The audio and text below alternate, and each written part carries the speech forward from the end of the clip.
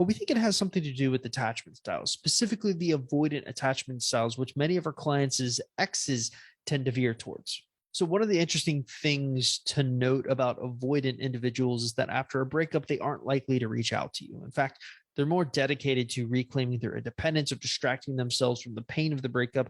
But eventually, the toll will come. I actually did a video a couple of years ago called How to Make an Avoidant Ex Miss You. And I make this argument that avoidants are free to long for an ex once that person is unavailable out of the relationship and typically out of context, so they're untouched by actual engagement and their deactivation systems aren't triggered. No, this usually reveals their long suppressed attachment and switching their operating attachment wound from a fear of engulfment to a fear of abandonment. So only when an avoidant feels safe will they begin to miss you. And they only usually feel safe when you moved on to someone else, they've moved on to someone else, or a lot of time has gone by.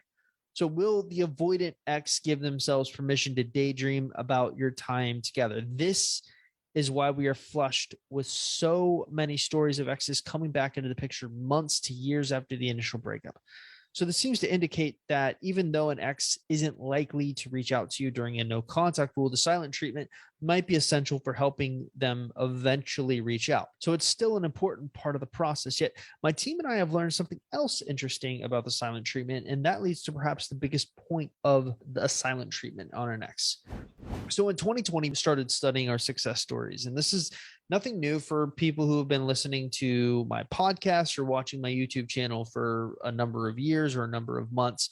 You'll see I talk about this a lot. I'm going to do it again. I know I sound like a broken record time and time again, but I'm just showing you what's working for real people. One of the big takeaways from this practice was that what separated successful individuals was that they embraced one simple philosophy. They found some purpose that they cared about more than their ex before they started talking to their ex again. Now, not everyone did a perfect job at this, but generally speaking, they tried to embrace that philosophy. And as weird as this sounds, half the battle when it comes to ex recovery isn't relationship coaching. It's more like life coaching, about finding this magnum opus type purpose for individuals. I was just actually on a coaching call the other day. And what's interesting is you'd be really surprised at how difficult finding a purpose outside of an ex is for some people. So my ultimate point is what you do during the silent treatment is even more important than if it's working on an ex. Don't be fooled or seduced by the crazy stories you hear online of these men or women who implement a no contact rule and their ex immediately comes running back. You can't take a chance that you are the exception to the rule.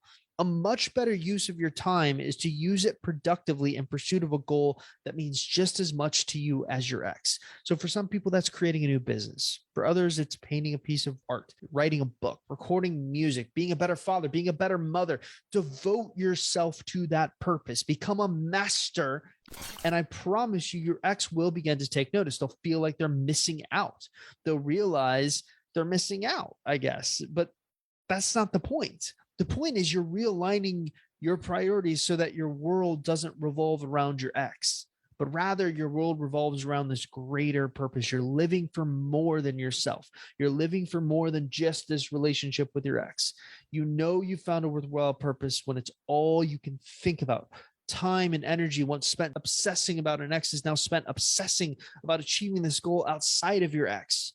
Only then should you make a decision on if you want your ex back or not. Only then should you actually go forward on trying to get this ex back if that's what you decide you want to do. And because it really puts your whole situation in perspective. So for me, a silent treatment isn't about manipulating an ex. It's about taking back control of your life after a breakup. Of course, it's up to you to do that. So what are you waiting for?